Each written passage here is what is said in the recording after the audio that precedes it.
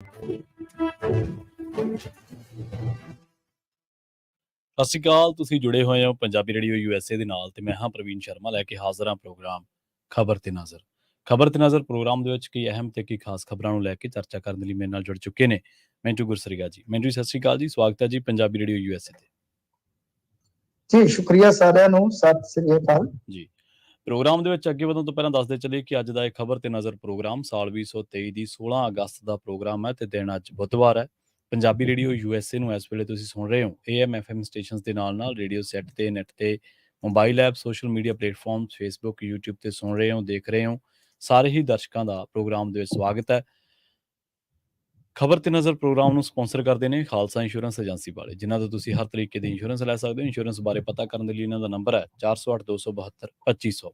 ਟਰਕੀਅਨ immigration ਲਾ firm ਵਾਲੇ ਜੇ ਟਰਕੀਅਨ ਅਟਾਰਨੀ ਟਰਕੀਅਨ ਦੇ ਨਾਲ ਤੁਸੀਂ US ਇਮੀਗ੍ਰੇਸ਼ਨ ਬਾਬਤ ਕੋਈ ਵੀ ਸਲਾਹ ਕਰਨੀ, ਕੋਈ ਵੀ ਸਵਾਲ ਪੁੱਛਣਾ ਤੇ ਇਹਨਾਂ ਦਾ ਨੰਬਰ ਹੈ 4159090503। GK Dhanota Yuba City, Baljinder Singh Nijjar Woodland, Paramjit ਕੌਰੰਗੀ ਵੈਕਾਵਿਲ, ਹਰਨੇਕ ਸਿੰਘ ਪਾਵਲਾ ਇੰਡੀਅਨ ਕੰਜ਼ੀਰੈਂਟਨ GN ਲੀਵ ਵਾਲੇ ਟਰੱਕ ਵਾਸ਼ ਕਰਦੇ ਨੇ, ਆਇਲ ਚੇਂਜ ਕਰਦੇ ਨੇ, 에ਅਰ ਬ੍ਰੇਕਾਂ ਦਾ ਕੰਮ ਤਸੱਲੀ ਬਖਸ਼ ਕਰਵਾ ਸਕਦੇ ਹੋ। ਨਵੇਂ ਪੁਰਾਣੇ ਟਾਇਰ ਵੀ ਇਹਨਾਂ ਤੋਂ ਮਿਲਦੇ ਨੇ। ਲੋਕੇਸ਼ਨ ਅਸੈਂਤਾ ਨੇਲਾ ਦੀ ਨਿੰਮਾ ਸਹੂਲਤਾਂ ਦੇ ਨਾਲ ਗੱਲ ਕੀਤੀ ਜਾ ਸਕਦੀ ਹੈ 209-277-0113 ਤੇ ਬੂਟਾ ਸਿੰਘ ਰਾਣੀਪੁਰ ਫਰੈਜ਼ਨੋ ਤੋਂ। ਇਹਨਾਂ ਸਾਰੇ ਹੀ ਸਪਾਂਸਰਸ ਦਾ ਬਹੁਤ ਬਹੁਤ ਧੰਨਵਾਦ। ਤੇ ਜੇਕਰ ਤੁਸੀਂ ਵੀ ਪੰਜਾਬੀ ਰੇਡੀਓ USA ਦੇ ਇਹਨਾਂ ਪ੍ਰੋਗਰਾਮਾਂ ਨੂੰ ਸਪਾਂਸਰ ਕਰਨਾ ਚਾਹੁੰਦੇ ਹੋ ਤਾਂ ਸਟੂਡੀਓ ਦਾ ਨੰਬਰ ਹੈ 408272 ਮਿੰਟੂ ਜੀ ਖਬਰਾਂ ਦੇ ਵੱਲ ਆਈਏ ਤੇ ਸ਼ੁਰੂਆਤ ਕਰੀਏ ਕਾਂਗਰਸ ਤੇ ਆਮ ਆਦਮੀ ਪਾਰਟੀ ਤੋਂ। ਦਿੱਲੀ ਦੇ ਵਿੱਚ ਹੁਣ ਕਾਂਗਰਸ ਨੇ ਆਮ ਆਦਮੀ ਪਾਰਟੀ ਦੇ ਉਲਟ ਚੋਣਾਂ ਲੜਨ ਦਾ ਐਲਾਨ ਕਰ ਦਿੱਤਾ ਜੀ। ਦੇਖੋ ਅੱਜ ਅਲਕਾ ਲਾਂਬਾ ਜਿਹੜੇ ਕਿ ਪਹਿਲਾਂ ਆਮ ਆਦਮੀ ਪਾਰਟੀ ਦੇ ਬੜੇ ਸਿੱਕੜ ਲੀਡਰ ਹੁੰਦੇ ਸੀਗੇ ਨਾ, ਤਾਂ ਇਹਨਾਂ ਨੇ ਅੱਜ ਬਾਹਰ ਆ ਕੇ ਇੱਕ ਮੀਟਿੰਗ ਤੋਂ ਬਾਅਦ ਕਿ ਦੇਖੋ ਜੀ ਸਾਡੇ ਰਾਹੁਲ ਗਾਂਧੀ ਵੀ ਬੈਠੇ ਆ, ਖੜਗੇ ਸਾਹਿਬ ਵੀ ਬੈਠੇ ਆ, ਸਾਰਿਆਂ ਨੇ ਵਿਚਾਰ ਚਰਚਾ ਕੀਤੀ ਹੈ ਤੇ ਉਸ ਤੋਂ ਬਾਅਦ ਉਹਨਾਂ ਨੇ ਸਾਨੂੰ ਕਿਹਾ ਕਿ ਬਈ ਇਕੱਲੇ ਤੁਸੀਂ ਲੜਨ ਦਾ ਆਪਣਾ ਬਈ ਤਿਆਰਾ ਖਿੱਚੋ। ਤਾਂ ਉਸ ਤੋਂ ਬਾਅਦ ਹੁਣ ਤਰਥੱਲੀ ਮਚ ਗਈ ਆ। ਕਿਆ ਕੀ ਬਣ ਗਿਆ, ਕਿਉਂਕਿ ਦਿੱਲੀ ਦੀਆਂ 7 ਦੀਆਂ ਸੀਟਾਂ ਜਿਹੜੀਆਂ 7 ਆ, ਜੇ ਮੰਨ ਲਓ ਕਾਂਗਰਸ ਐਲਾਨ ਕਰ ਦਿੰਦੀ ਹੈ ਕਿ ਅਸੀਂ ਆਪਣੇ ਪੱਧਰ ਤੇ ਲੜਾਂਗੇ, ਸੱਤਾ ਤੇ ਹੀ ਜੇਤੂ ਹੁਣ ਹਾਲ ਦੀ ਘੜੀ ਤਾਂ ਭਾਜਪਾ ਹੈ, ਤਾਂ ਉੱਥੇ ਫੇਰ ਕਮਸਾਨ ਇਹਨਾਂ ਦਾ ਜਿਉਂਦਾ ਤਿਉਂ ਰਹੇਗਾ।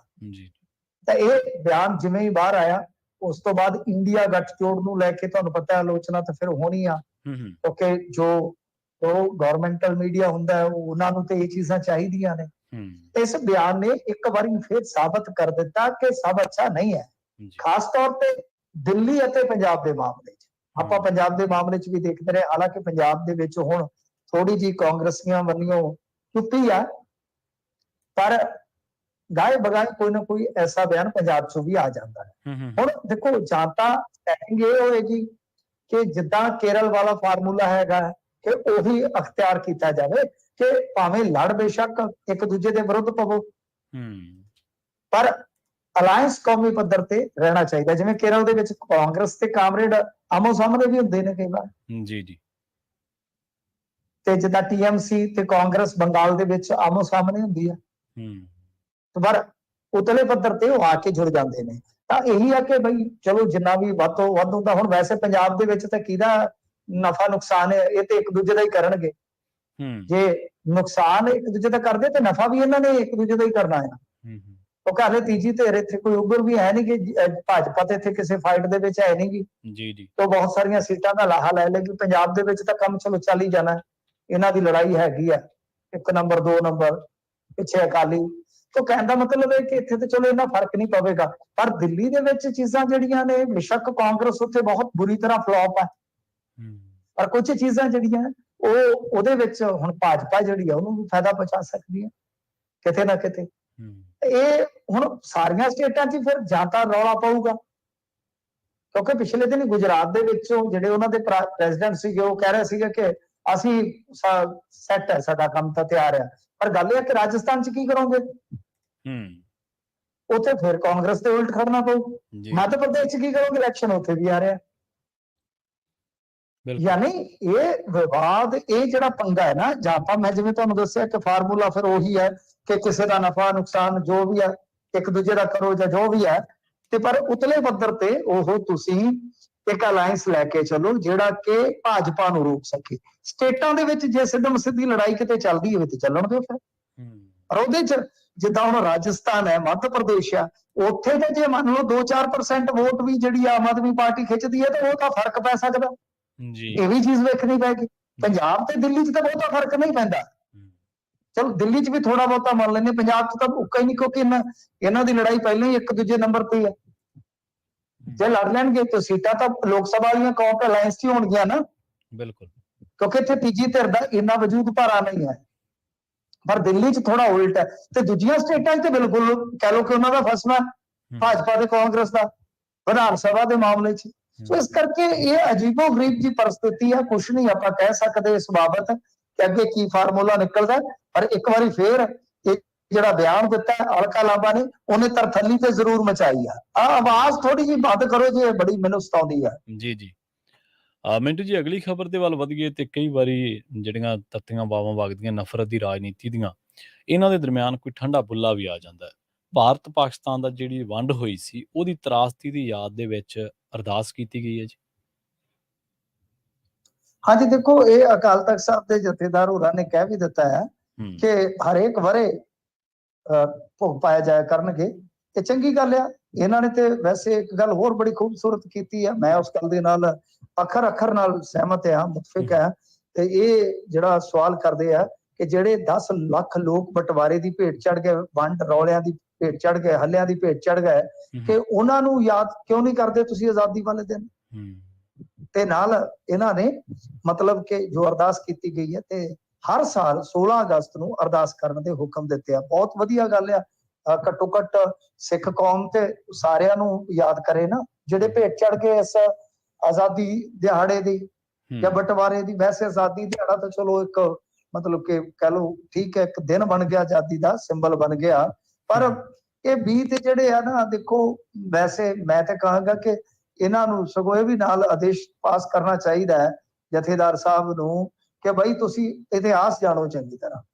ਇਹ ਵੀ ਜਾਣਨਾ ਬਹੁਤ ਜ਼ਰੂਰੀ ਆ ਕਿ ਲੜਾਈ ਤੇ ਜਿਹੜੀ ਹੈ 1857 ਤੋਂ ਬਾਅਦ ਗੋਰਿਆਂ ਨੇ ਦੋ ਧਰਮਾਂ ਦੇ ਵਿਚਾਲੇ ਖੜੀ ਕੀਤੀ ਜੀ। ਲਾਰਡ ਕਰਜ਼ਨ ਤੋਂ ਸ਼ੁਰੂ ਹੁੰਦੀ ਹੈ, ਬੰਗਾਲ ਵੰਡ ਤੋਂ ਸ਼ੁਰੂ ਹੁੰਦੀ ਹੈ, ਤੇ ਦੋ ਫਿਰਕਿਆਂ ਦੀ ਲੜਾਈ ਤੁਰਦੀ ਤੁਰਦੀ ਤੁਰਦੀ, ਇੱਕ ਦੂਜੇ ਤੋਂ ਇਨਸਿਕਿਉਰਿਟੀ, ਇੱਕ ਦੂਜੇ ਨਾਲ ਬੇਵਸਾਈ, ਤਾਂ ਚੱਲਦੇ ਚੱਲਦੇ ਫਿਰ ਲੀਗ, ਦੂਸਰੇ ਪਾਸੇ RSS ਦਾ ਸਿੱਟਾ ਕੀ ਨਿਕਲਦਾ ਹੈ। ਵੈਸੇ ਇਤਿਹਾਸ ਲੰਮੇਰਾ ਹੈ, ਲੰਮਾ ਚੌੜਾ ਹੈ, ਕਿਸੇ ਦਿਨ ਮਾਰ ਲਵਾਂਗੇ ਝਾਤ, ਕੋਈ ਵੱਡੀ ਗੱਲ ਨਹੀਂ ਹੈਗੀ। ਪਰ ਗੱਲ ਇਹ ਹੈ ਕਿ ਉਹ ਵੀ ਪੜ੍ਹਨਾ ਚਾਹੀਦਾ ਲੋਕਾਂ ਨੂੰ। ਇਹਨਾਂ ਨੂੰ ਕਹਿਣਾ ਚਾਹੀਦਾ ਕਿ ਉਹ ਵੀ ਜ਼ਰੂਰ ਜਾਣੋ, ਸੱਚ ਕਿਤਾਬਾਂ ਪੜ੍ਹੋ, ਵੱਧ ਤੋਂ ਵੱਧ ਤੁਹਾਨੂੰ ਪਤਾ ਲੱਗੇਗਾ ਕਿ ਕੀ ਗੇਮ ਚੱਲੀ, ਕਿੱਦਾਂ ਗੇਮ ਚੱਲੀ, ਕਿੱਦਾਂ ਇਹ ਸਾਰਾ ਕੁਝ ਹੋਇਆ, ਜ਼ਿੰਮੇਵਾਰ ਕੌਣ ਨੇ, ਫਿਰ ਸਮਝ ਆਏਗੀ। ਤਾਂ ਦੋਹਾਂ ਧਿਰਾਂ ਦੀ ਗਲਤੀ ਹੈ ਉੱਥੇ। ਮੈਂ ਕਹੂੰਗਾ ਕਿ ਕਾਂਗਰਸ ਵੀ ਜਦੋਂ ਮੁਸਲਿਮ ਲੀਗ ਵੱਲ ਮੁਸਲਮਾਨ ਝੁਕ ਰਿਹਾ ਸੀਗਾ ਇੰਡੀਆ ਦਾ, ਖਿਲਾਫਤ ਅੰਦੋਲਨ ਚ ਜਦੋਂ ਮੁਸਲਮਾਨ ਕੁਝ ਆ ਵੀ ਗਏ ਸਨ ਨਾਲ, ਪਰ ਕਾਂਗਰਸ ਐਕਚੁਅਲ ਚ ਜੋ ਸਿਚੁਏਸ਼ਨ ਹੈਗੀ ਸੀ ਗਰਾਊਂਡ ਤੇ ਉਹਨੂੰ ਸਮਝ ਨਹੀਂ ਪਾਈ। ਇਸ ਤੋਂ ਇਲਾਵਾ ਜੋ ਕਾਂਗਰਸ ਦੇ ਸਿਖਰਲੇ ਲੀਡਰ ਕੁਝ ਸੀਗੇ, ਜੋ ਫਿਰਕੂ ਜ਼ਹਿਰ ਉਸ ਵੇਲੇ ਮਤਲਬ ਕਿ ਕੱਢ ਰਹੇ ਸੀਗੇ ਲਿਖਤਾਂ ਰਾਹੀਂ, ਫਿਰ ਜੇ ਤੁਸੀਂ ਵੇਖੋਗੇ ਕਨਵਰਜ਼ਨ, ਫਿਰ ਆਰੀਆ ਸਮਾਜੀ ਲਹਿਰ, ਇਹਨਾਂ ਸਾਰੀਆਂ ਚੀਜ਼ਾਂ ਨੂੰ ਵੇਖਣਾ ਪਏਗਾ ਇਤਿਹਾਸ 'ਚ ਜਾ ਕੇ। ਫਿਰ ਲੀਗ ਮਜ਼ਬੂਤ ਹੁੰਦੀ ਗਈ, ਮੁਸਲਿਮ ਲੀਗ ਐਂ ਹੀ ਮਜ਼ਬੂਤ ਹੋਈ। ਉਹਨਾਂ ਨੂੰ ਲੱਗਿਆ ਕਿ ਕਾਂਗਰਸ ਸਹੀ ਨੁਮਾਇੰਦਗੀ ਨਹੀਂ ਦੇ ਸਕਦੀ ਤੇ ਹਿੰਦੂਆਂ ਦੀ ਪਾਰਟੀ। ਹੋਰ ਬੋਲੋ, ਜਿਹੜਾ ਬੰਦੇ ਮਾਤਰਮ ਨਾਰਾ ਸੀ ਉਹ ਕਿੱਥੋਂ ਆਇਆ ਸੀ? ਆਨੰਦ ਮੱਠ ਪੁਸਤਕ ਚ ਜੀ। ਪਤਾ ਤੁਹਾਨੂੰ, ਆਨੰਦ ਮੱਠ ਪੁਸਤਕ ਦੇ ਵਿੱਚ ਮੁਸਲਮਾਨਾਂ ਦੇ ਖਿਲਾਫ ਲੜਨ ਦੀ ਜੁਗਤ ਹੈ। ਜੀ ਜੀ। ਉਸ ਵੇਲੇ ਕਾਂਗਰਸ ਦਾ ਜਿਹੜਾ ਚਿੰਨ੍ਹ ਸੀਗਾ ਉਹ ਕਾਲੀ ਮਾਤਾ ਤੋਂ ਪ੍ਰੇਰਿਤ ਸੀਗਾ। ਖੈਰ ਇਹ ਚੀਜ਼ਾਂ ਜਿਹੜੀਆਂ ਨੇ ਇਹ ਵੀ ਜਾਣਨੀਆਂ ਚਾਹੀਦੀਆਂ, ਲੋਕਾਂ ਨੂੰ ਪਤਾ ਲੱਗੇ ਕਿ ਵੰਡ ਦੇ ਅਸਲ ਗੁਨਾਹਗਾਰ ਕਿਹੜੇ ਸੀਗੇ। ਇੱਥੇ ਤੇ ਆਪਾਂ ਤੇ ਮਾਸਟਰ ਤਾਰਾ ਸਿੰਘ ਹੋਰਾਂ ਨੂੰ ਗਾਲਾਂ ਕੱਢੀ ਜਾਂਦੇ, ਜਾਂ ਗਾਂਧੀ ਨੂੰ 4 ਗਾਲਾਂ ਕੱਢ ਦਿੱਤੀਆਂ। ਗਾਂਧੀ ਨੇ ਤੇ ਖਿਲਾਫਤ ਅੰਦੋਲਨ ਖੜਾ ਕਰ ਲਿਆ ਸੀਗਾ, ਮੁਸਲਮਾਨਾਂ ਨੂੰ ਮਤਲਬ ਕਿ ਲਾ ਕੇ ਥੋੜਾ ਜਿਹਾ ਉਹਨਾਂ ਨੇ ਕੀਤਾ, ਵੀ ਗੇਮ ਵੀ ਘੁਮਾਈ ਸੀਗੀ। ਤਾਂ ਗੋਰਿਆਂ ਦੇ ਖਿਲਾਫ ਉਹਨਾਂ ਨੇ ਦੱਸਿਆ ਕਿ ਆਟੋਮਨ ਅੰਪਾਇਰ ਨੂੰ ਹਰਾਤਾ ਇਹਨਾਂ ਨੇ, ਬਈ ਤੁਹਾਡੇ ਧਾਰਮਿਕ ਸਥਾਨਾਂ ਨੂੰ ਖਤਰਾ ਹੈ। ਖੈਰ ਇਹ ਸਾਰੀਆਂ ਚੀਜ਼ਾਂ ਜਿਹੜੀਆਂ ਨੇ ਉਹ ਸਮਝਣੀਆਂ ਚਾਹੀਦੀਆਂ। ਪਰ ਜੋ ਇਹ ਤਰਾਸਦੀ ਆ, ਬਹੁਤ ਵੱਡੀ ਮਨੁੱਖੀ ਤਰਾਸਦੀ ਆ। ਚਲੋ ਘੱਟੋ ਘੱਟ ਇਹ ਜਿਹੜੇ ਮਰਨ ਵਾਲੇ ਆ ਇਹਨਾਂ ਨੂੰ ਯਾਦ ਤੇ ਕੀਤਾ ਗਿਆ, ਤੇ ਮੈਂ ਤੇ ਕਹਿਣਾ ਕਿ ਬਈ ਯਾਦਗਾਰ ਵੱਡੀ ਇੱਕ ਬਣਾਉਣੀ ਚਾਹੀਦੀ ਆ, ਸਾਂਝੀ ਯਾਦਗਾਰ ਬਣਾ ਲੈਣ ਚਾਹੇ ਦੋਵੇਂ ਮੁਲਕ। ਤੇ ਸਭ ਤੋਂ ਵੱਡੀ ਗੱਲ ਆ ਕਿ ਜਿਹੜੇ ਕੋਈ ਜਿਉਂਦੇ ਆ, ਜਿਹੜੇ ਕੋਈ ਵਿਛੜੇ ਆ, ਉਹਨਾਂ ਨੂੰ ਉਮਰ ਦੇ ਆਖਰੀ ਪੜਾਅ ਤੇ ਮਿਲ ਲੈਣ ਯਾਰ ਕੀ ਫਰਕ ਪੈਂਦਾ। ਮੈਂ ਤੇ ਪਿਛਲੇ 6-7 ਸਾਲ ਤੋਂ ਇਹ ਗੱਲਾਂ ਕਹਿੰਦਾ ਆਇਆ, ਕੋਈ ਸੁਣਦਾ ਹੀ ਨਹੀਂ ਹੈਗਾ। ਜੀ ਪਰ ਇਹ ਜ਼ਰੂਰ ਹੈ ਕਿ ਉਹਨਾਂ ਦੀ ਕੁਛ ਸਪੀਡ ਘਟ ਜਾਏਗੀ। ਪਰ ਮੈਂ ਆਪਣੇ ਤੌਰ ਤੇ ਅਪੀਲ ਕਰਦਾ ਕਿ ਜਥੇਦਾਰ ਸਾਹਿਬ ਹੋਰਾਂ ਨੂੰ ਵੀ ਇਹ ਕਹਿਣਾ ਚਾਹੀਦਾ ਕਿ ਵੱਧ ਤੋਂ ਵੱਧ ਪੜ੍ਹਾਈ ਕਰੋ, ਜਾਣੋ ਸੱਚ ਕੀ ਸੀਗਾ, ਕਿਉਂਕਿ ਆ ਜਿਹੜੀ ਯੂਨੀਵਰਸਿਟੀ ਹੈ WhatsApp ਵਾਲੀ, ਇੱਥੋਂ ਨਹੀਂ ਕੁਛ ਮਿਲਦਾ ਤੇ ਤੁਹਾਨੂੰ ਤਹਿ ਤੱਕ ਜਾਣਾ ਪਵੇਗਾ। ਤੇ ਦੂਜੇ ਨੰਬਰ ਤੇ ਸਾਨੂੰ ਆਪ ਵੀ ਕੋਸ਼ਿਸ਼ ਕਰਨੀ ਚਾਹੀਦੀ ਹੈ ਕਿ ਅਸੀਂ ਵੀ ਇਹ ਚੀਜ਼ਾਂ ਜਾਣੀਏ ਕਿ ਅਸਲ 'ਚ ਏਡੀ ਵੱਡੀ ਮਨੁੱਖੀ ਇਤਿਹਾਸ ਦੀ ਜਿਹੜੀ ਤਰਾਸਦੀ ਵਾਪਰੀ ਆ, ਉਹਦੇ ਬੀਜ ਕਿਸ ਤਰ੍ਹਾਂ ਬੋਏ ਗਏ ਸਨ। ਜੀ ਮਿੰਟੂ ਜੀ, ਨਸ਼ੇੜੀ ਨੇ ਥਾਣੇਦਾਰ ਤੇ ਵਰਾਏ ਮੁੱਕੇ, ਕਿੱਥੋਂ ਦੀ ਖਬਰ ਹੈ ਜੀ? ਇਹ ਮਾਮਲਾ ਕੀ ਹੈ ਪੂਰਾ? ਦੇਖੋ ਨਸ਼ੇੜੀ ਤਾਂ ਹਰਫਲੇ ਫਿਰਦੇ ਜੀ, ਕੀ ਕਰੀਏ। ਨਸ਼ੇੜੀ ਕੋਈ ਆਉਂਦਾ ਹੋਵੇ, ਅਗਲਾ ਬੱਸ ਪਾਸੇ ਕਰ ਲੈਂਦਾ, ਕਿਤੇ ਬੱਸ 'ਚ ਨਾ ਵੱਜੇ, ਬੱਸ ਨਾ ਪਲਟਾ ਦੇਵੇ, ਕੀ ਕਰੋਗੇ ਤੁਸੀਂ? ਨਸ਼ੇੜੀ ਅੱਜ ਕੱਲ ਤਾਂ ਆਤਮਘਾਤੀ ਬਣ ਗਏ ਨੇ ਜੀ। ਇੱਥੇ ਤਾਂ ਹੱਥ ਜੋੜ ਦਿੰਦਾ ਅਗਲਾ। ਉਹ ਗੱਲ ਇਹ ਆ ਕਿ ਇਹ ਕਿਤੇ ਕੈਬਨ ਜੇ 'ਚ ਬੈਠਾ ਸੀ ਵਿਚਾਰਾ ਦਸਤਾਰਧਾਰੀ, ਤੇ ਗੱਲ ਇਹ ਆ ਕਿ ਉਹ ਆਇਆ ਪਿੱਛੋਂ ਤੇ ਡਹਿ ਪਿਆ, ਪੱਗ ਵੀ ਲੈ ਗਈ ਸੂ ਤੇ ਲਹੂ ਵੀ ਵਗਿਆ, ਉਹਦੀਆਂ ਤੇ ਨਾਸਾਂ ਨੇ ਤੋੜ ਸੁੱਟੀਆਂ, ਤੇ ਮੁੜ ਕੇ ਭੱਜ ਵਗਾ, ਲੋਕਾਂ ਨੇ ਫੜ ਲਿਆ ਤੇ ਚੰਗੀ ਛਿੱਤਰ ਪਰੇਡ ਕੀਤੀ ਆ। ਉਹ ਐਸਆਈ ਤੇ ਕਹਿੰਦਾ ਮੈਨੂੰ ਤੇ ਸਮਝ ਨਹੀਂ ਆਈ, ਮੈਨੂੰ ਕੁੱਟ ਕਾਤ ਹੋ ਗਿਆ। ਹੋ ਸਕਦਾ ਕਿਤੇ ਰੋਕਿਆ ਹੋਵੇ, ਸੋ ਜੀ ਕਿਤੇ ਹੋ ਸਕਦਾ ਤੁਰੇ ਜਾਂਦੇ ਨੂੰ ਰੋਕਿਆ ਟੋਕਿਆ ਹੋਵੇ ਤੇ ਉਹ ਆ ਕੇ ਡਹਿ ਪਿਆ। ਕੀ ਚੱਕਰ ਹੈ? ਹੁਣ ਦੇਖ ਲਓ ਨਸ਼ੇੜੀ ਪੁਲਿਸ ਵਾਲੇ ਵੀ ਕੁੱਟਣ ਲੱਗ ਪਏ। ਬੰਦਾ ਕਰੇਗਾ ਕੀ, ਜਾਏਗਾ ਕਿੱਧਰ? ਇੱਥੇ ਮਲੋਟ ਦੇ ਵਿੱਚ ਤੇ ਹੋਰ ਸਾਡੇ ਸਿਆਪਾ ਪੈ ਗਿਆ। 2 ਮਜ਼ਦੂਰ ਤੁਰੇ ਜਾਂਦੇ ਸਨ, ਉਹਨਾਂ ਤੋਂ ਰੋਟੀ ਵਾਲਾ ਟਿਫਨ ਹੀ ਖੋ ਕੇ ਲੈ ਗਏ ਨੇ। ਦੱਸੋ ਕੀ ਕਰੋਗੇ, ਕੀ ਲਿਖੋਗੇ ਇੱਥੇ, ਕੀ ਬੋਲੋਗੇ? ਬਹੁਤ ਬੁਰਾ ਹਾਲ ਆ। ਸੋ ਇਹਨੂੰ ਚੰਗਾ ਲੋਕਾਂ ਨੇ ਫਿਰ ਦੁਸ਼ਾਂਦਾ ਤੇ ਦਿੱਤਾ ਹੈ। ਹੁਣ ਹਾਲੇ ਤੱਕ ਇਹ ਨਹੀਂ ਪਤਾ ਲੱਗਿਆ ਕਿ ਇਹਨੂੰ ਸਨਕ ਸਵਾਰ ਹੋਈ ਆ, ਕੀ ਇਹਦੇ 'ਚ ਪਾਉਣ ਆ ਗਈ ਵੀ ਐਵੇਂ ਬੈਠੇ ਐਸਆਈ ਨੂੰ ਕੁੱਟ ਦਿੱਤਾ। ਪਤਾ ਨਹੀਂ ਉਹਨੇ ਕਿਤੇ ਕੁੱਟਿਆ ਹੋਵੇ, ਇਹਨੇ ਉਹਦੀ ਬਿੜਕ ਰੱਖੀ ਹੈ, ਕਿੱਧਰ ਆਉਂਦਾ ਜਾਂਦਾ ਤੇ ਇਹਨੇ ਢਾ ਲਿਆ। ਪਤਾ ਨਹੀਂ ਵਿਚਲੀ ਗੱਲ ਕੀ ਹੈ, ਪਰ ਫੜ ਲਿਆ ਉਹਨੂੰ, ਚੰਗਾ ਛਿੱਤਰ ਫੇਰਿਆ ਲੋਕਾਂ ਨੇ ਉੱਥੇ। ਜੀ ਤੇ ਆਪਾਂ ਗੱਲ ਕਰੀਏ ਮਿੰਟੂ ਜੀ, ਕੈਨੇਡਾ ਪਹੁੰਚੇ ਪ੍ਰਚਾਰਕ ਦੀ ਕਹਿੰਦਾ ਫਰਾਰ ਹੋ ਗਿਆ। ਹਾਂਜੀ ਇਹ ਘਟਨਾ ਲੁਧਿਆਣੇ ਦੀ, ਵੈਸੇ ਜੇ ਮੈਂ ਨਹੀਂ ਦੱਸ ਸਕਿਆ ਤੇ ਲੁਧਿਆਣੇ ਦੀ ਘਟਨਾ ਸੀ। ਦੇਖੋ ਕੈਨੇਡਾ ਵਾਲਾ ਮਸਲਾ ਹੁਣ ਮੈਨੂੰ ਤਾਂ ਪਤਾ ਨਹੀਂ ਵੀ ਇਹ ਕਿੱਦਾਂ ਜਾਂਦੇ ਆ ਤੇ ਕੀ ਹਿਸਾਬ ਕਿਤਾਬ ਆ। ਇੱਥੇ ਖਬਰਾਂ ਲੱਗੀਆਂ ਪਈਆਂ ਨੇ, ਕਹਿੰਦੇ ਕਿ ਗਏ ਸਨ ਕੋਈ ਕੀਰਤਨੀਏ ਪ੍ਰਚਾਰ ਵਾਸਤੇ ਜਾਂ ਕੁਛ, ਮਤਲਬ ਕਿ ਸਪਾਂਸਰ ਵੀਜ਼ਾ ਤੇ ਜਿੱਦਾਂ ਜਾਂਦੇ ਨੇ, ਤੇ ਉਹ 2 ਕੀਰਤਨ ਕਰਨ ਵਾਲੇ ਜਿਹੜੇ ਕੀਰਤਨੀਏ ਆ ਉਹ ਤੇ ਗਾਇਬ ਹੀ ਹੋ ਗਏ ਨੇ, ਉਹ ਤੇ ਲੱਭੇ ਹੀ ਨਹੀਂ ਲੱਭਦੇ। ਹੁਣ ਜਦੋਂ ਵਾਪਸ ਨਹੀਂ ਪਰਤੇ ਤੇ ਕੈਨੇਡਾ ਬਾਰਡਰ ਸਰਵਿਸ ਏਜੰਸੀ ਤੇ Canada Immigration Refugee and Citizenship ਤੇ ਰਾਇਲ ਮਾਉਂਟਡ ਜਿਹੜੀ ਕੈਨੇਡਾ ਪੁਲਿਸ ਆ, ਉਹਨੂੰ ਚਿੱਠੀ ਲਿਖੀ ਗਈ ਆ। Gurdwara Sri Guru Singh Sabha Society Millwood Road South Edmonton Alberta ਦੇ ਵਿੱਚ। ਤਾਂ ਇਹਨਾਂ ਦੀ ਪਛਾਣ ਜਿਹੜੀ ਹੋਈ ਹੈ ਜਰਨੈਲ ਸਿੰਘ ਤੇ ਜਸਕਰਨ ਸਿੰਘ ਵਜੋਂ ਹੋਈ ਹੈ। ਮੈਨੂੰ ਲੱਗਦਾ ਇਹਨਾਂ ਨੇ ਹੌਲੀ ਹੌਲੀ ਇੱਧਰ ਵੀ ਸਖਤਾਈ ਕਰਵਾ ਦੇਣੀ ਹੈ, ਜਿਹੜੇ ਇਸ ਤਰ੍ਹਾਂ ਧਾਰਮਿਕ ਲੋਕ ਜਾਂਦੇ ਆ ਕਿ ਉਹਨਾਂ ਨੂੰ ਵੀ ਫਿਰ ਇਸੇ ਤਰ੍ਹਾਂ ਤੇ ਫਿਰ ਮੁੜ ਕੇ ਕਵਾਂਗੇ ਕਿ ਤੇ ਵੇਖੋ ਜੀ ਇੰਡੀਅਨ ਏਜੰਸੀਆਂ ਦਬਾਅ ਪਾਉਂਦੀਆਂ ਨੇ, ਸਾਡੇ ਨਾਲ ਧੱਕਾ ਕਰਦੇ ਆ। ਬਿਲਕੁਲ ਗੱਲ ਇਹ ਆ ਕਿ ਇਹ ਕੀ ਮਤਲਬ ਕਿ ਤੁਸੀਂ ਇਹ ਕਰ ਰਹੇ ਹੋ, ਦੂਜਿਆਂ ਵਾਸਤੇ ਵੀ ਤੁਸੀਂ ਬੇੜੀਆਂ 'ਚ ਵੱਟੇ ਪਾਓਗੇ। ਪ੍ਰਚਾਰਕ ਤੇ ਵੱਧ ਤੋਂ ਵੱਧ ਸਾਡੇ ਜਾਣੇ ਚਾਹੀਦੇ ਦੁਨੀਆ ਦੇ ਕੋਨੇ-ਕੋਨੇ 'ਚ। ਹੁਣ ਜੇ ਫੜੇ ਜਾਓਗੇ ਤਾਂ ਕਿੰਨੀ ਬੇਇੱਜ਼ਤੀ ਵਾਲੀ ਗੱਲ। ਤੁਹਾਨੂੰ ਪਤਾ ਨਾ ਫੋਟੋ ਕਿਵੇਂ ਖਿੱਚਦੇ ਇੱਧਰ ਤੁਹਾਡੇ ਅਮਰੀਕਾ 'ਚ। ਹੁਣ ਤੁਸੀਂ ਤਾਂ ਪ੍ਰਵੀਨ ਜੀ ਭੇਤੀ ਹੋ ਗਏ ਜੇ ਇੱਧਰ ਦੇ, ਫੋਟੋ ਜੀ ਕਿਵੇਂ ਖਿੱਚ ਕੇ ਪਾਉਂਦੇ ਆ। ਸਾਡੇ ਦੇ ਇੱਥੇ ਫਿਰ ਵੀ ਮੂੰਹ ਜਿਹਾ ਢੱਕ ਲੈਂਦੇ ਆ, ਮੂੰਹ ਜਿਹਾ ਢੱਕ ਦਿੰਦੇ। ਉਹ ਤੇ ਉਹ ਸਿੱਧਾ ਹੀ ਖੋਲ ਕੇ ਕੰਮ ਕਰਦੇ ਨੇ ਜੀ। ਇਸ ਕਰਕੇ ਇਹਨਾਂ ਨੂੰ ਅਕਲ ਤੋਂ ਹੱਥ ਮਾਰਨਾ ਚਾਹੀਦਾ ਕਿ ਕਿੰਨਾ ਕੁ ਦੇਰ ਤੁਸੀਂ ਭੱਜ ਲਓਗੇ। ਪਰ ਜਿਨ੍ਹਾਂ ਨੇ ਦੇਖੋ ਹੁਣ ਸੁਸਾਇਟੀ ਵਾਲਿਆਂ ਨੇ ਤੁਹਾਨੂੰ ਬੁਲਾਇਆ, ਇੱਕ ਯਕੀਨ ਤੇ ਬੁਲਾਇਆ, ਪ੍ਰਚਾਰ ਵਾਸਤੇ ਬੁਲਾਇਆ, ਤੇ ਤੁਸੀਂ ਕਿਹੜੇ ਕੰਮ ਨੂੰ ਵੀਜ਼ੇ ਵੂਜ਼ੇ ਤੇ ਉਦਾਂ ਹੀ ਮਿਲੀ ਜਾਂਦੇ ਨੇ ਅੱਜ ਕੱਲ। ਜੇ ਆਉਣਾ ਤੁਸੀਂ ਆਪਦਾ ਕਿਸੇ ਹੋਰ ਤਰੀਕੇ ਨਾਲ ਆਓ। ਉਹਨਾਂ ਨੇ ਤੁਹਾਨੂੰ ਬੁਲਾਇਆ, ਤੁਹਾਨੂੰ ਉਹਨਾਂ ਨੇ ਮਤਲਬ ਕਿ ਕੋਈ ਭੇਟਾ ਵੀ ਦੇਣੀ ਹੋਏਗੀ, ਤੈਅ ਕੀਤਾ ਹੋਏਗਾ ਨਾ ਸਾਰਾ ਕੁਛ। ਤੇ ਜੇ ਬਈ ਇਸ ਤਰ੍ਹਾਂ ਕਰੋਗੇ ਤੇ ਗਲਤ ਹੈ ਮੇਰੇ ਖਿਆਲ ਦੇ ਨਾਲ। ਕੋਈ ਮੈਸੇਜ ਠੀਕ ਨਹੀਂ ਜਾਂਦਾ ਇਹਨਾਂ ਚੀਜ਼ਾਂ ਜੀ। ਤੇ ਸੁਖਬੀਰ ਸਿੰਘ ਬਾਦਲ ਨੇ ਬੜਾ ਵੱਡਾ ਦੋਸ਼ ਲਾਇਆ ਆਮ ਆਦਮੀ ਪਾਰਟੀ ਦੇ ਵਿਧਾਇਕਾਂ ਤੇ, ਕਹਿੰਦੇ ਇਹ ਨਸ਼ਾ ਵਿਕਾਉਂਦੇ ਆ। ਨਹੀਂ ਦੇਖੋ ਸੁਖਬੀਰ ਸਿੰਘ ਬਾਦਲ ਉਹ ਇੱਕ ਕੱਛ 'ਚ ਲਾਲ ਜੀ ਡੈਰੀ ਮਾਰੀ ਫਿਰਦੇ ਆ, ਕੀ ਪਤਾ ਉਹਦੇ 'ਚ ਨਾਂ ਲਿਖਿਆ ਹੋਵੇ, ਉਹਨਾਂ ਨੇ ਪੜ੍ਹ ਲਿਆ ਹੋਵੇ। ਉਹ ਕਿਸੇ ਨੂੰ ਤੇ ਦਿਖਾਉਂਦੇ ਨਹੀਂ।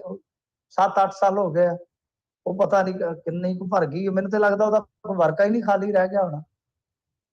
ਖੈਰ ਦੇਖੋ ਇਹ ਕੱਲ ਬਿਆਨ ਦੇ ਰਹੇ ਸੀਗੇ ਕਿ ਇਹਨਾਂ ਦੇ ਬੰਦੇ ਏਦਾਂ ਕਰਦੇ ਜੀ, ਉਦਾਂ ਕਰਦੇ, ਤੇ ਮੈਂ ਆਖਿਆ ਕਰਦੇ ਆ ਤੇ ਤੁਸੀਂ ਹੁਣ ਕੀ ਕਰਦੇ ਜੇ? ਤੁਹਾਡੇ ਰਿਸ਼ਤੇਦਾਰ ਦੇ ਉਹਨਾਂ ਨੇ ਬੋਰਡ ਲਵਾਤੇ ਸੀ, ਤੁਸੀਂ ਛੋਟੀਆਂ ਛੋਟੀਆਂ ਫਟੀਆਂ ਹੀ ਛੁਪਾ ਦਿਓ, ਉਹਨਾਂ ਦੀਆਂ ਛੋਟੇ ਛੋਟੇ ਪੰਫਲੇਟ ਹੀ ਛੁਪਾ ਦਿਓ ਜਿਹੜੇ ਵੀ ਹੈਗੇ ਨੇ। ਪਰ ਇਹਨਾਂ ਦੇ ਵਿਧਾਇਕ ਦੇਖੋ ਪਤਾ ਨਹੀਂ ਕੀ ਕਰਦੇ ਕੀ ਨਹੀਂ ਕਰਦੇ, ਪਰ ਹੈਗੇ ਟੁੱਟ ਪੈਣੇ ਵਿਵਾਦਾਂ 'ਚ ਹੀ ਰਹਿਣ ਵਾਲੇ। ਅੱਜ ਇੱਕ ਤੇ ਫਿਰ ਦੋਸ਼ ਲੱਗ ਗਿਆ, ਕਹਿੰਦੇ ਕਿ ਉਹਨੇ ਥਾਣੇਦਾਰ ਹੀ ਆਪਦੇ ਦਫ਼ਤਰ 'ਚ ਸੱਦ ਕੇ ਕੁਟਾਤਾ। ਦੱਸੋ, ਕੱਲ ਖਹਿਰਾ ਕਹਿੰਦਾ ਸੀਗਾ ਕਿ ਅਫਸਰਾਂ ਨੂੰ ਕਹਿੰਦੇ ਵੀ ਕਟਾਰੂ ਚੱਕ ਕੱਲਾ ਬੁਲਾਵੇ ਤੇ ਜਾਓ ਨਾ, ਤੇ ਮੈਨੂੰ ਲੱਗਦਾ ਕਿ ਹੁਣ ਥਾਣੇਦਾਰਾਂ ਨੂੰ ਪੁਲਿਸ ਨੇ ਕਹਿਣਾ ਕਿ ਬਾਈ ਜੇ ਕੋਈ ਵਿਧਾਇਕ ਬੁਲਾਉਂਦਾ ਤੇ ਜਾਓ ਨਾ।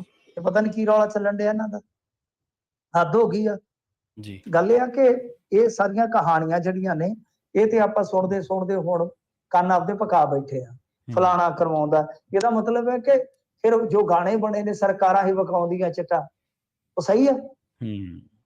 ਕਿਉਂਕਿ ਇਹੀ ਕਹਾਣੀ ਤੇ ਤੁਹਾਡੇ ਤੇ ਪੈਂਦੀ ਸੀਗੀ ਨਾ ਜੀ ਬਿਲਕੁਲ, ਜਦ ਤੁਸੀਂ ਮੁਨਕਰ ਹੁੰਦੇ ਸੀ। ਤੇ ਜੇ ਇਹੀ ਹੈ ਤੇ ਅਸੀਂ ਤੇ ਅੱਗੇ ਰੋਂਦੇ ਆ, ਤੇ ਕੱਖ ਵੀ ਫਰਕ ਨਹੀਂ ਪਿਆ। ਬਸ ਉਹ ਜਿਹੜੀਆਂ ਚਿੱਟੀਆਂ ਕਾਰਾਂ ਨੇ, ਵੱਡੀਆਂ ਵੱਡੀਆਂ ਇਨੋਵਾ ਗੱਡੀਆਂ ਨੇ, ਉਹ ਉਹਨਾਂ ਦੀ ਸੀਟ ਤੇ ਬੈਠਣ ਵਾਲੇ ਹੀ ਬਦਲ ਗਏ ਨੇ, ਹੋਰ ਤੇ ਕੀ ਹੈ?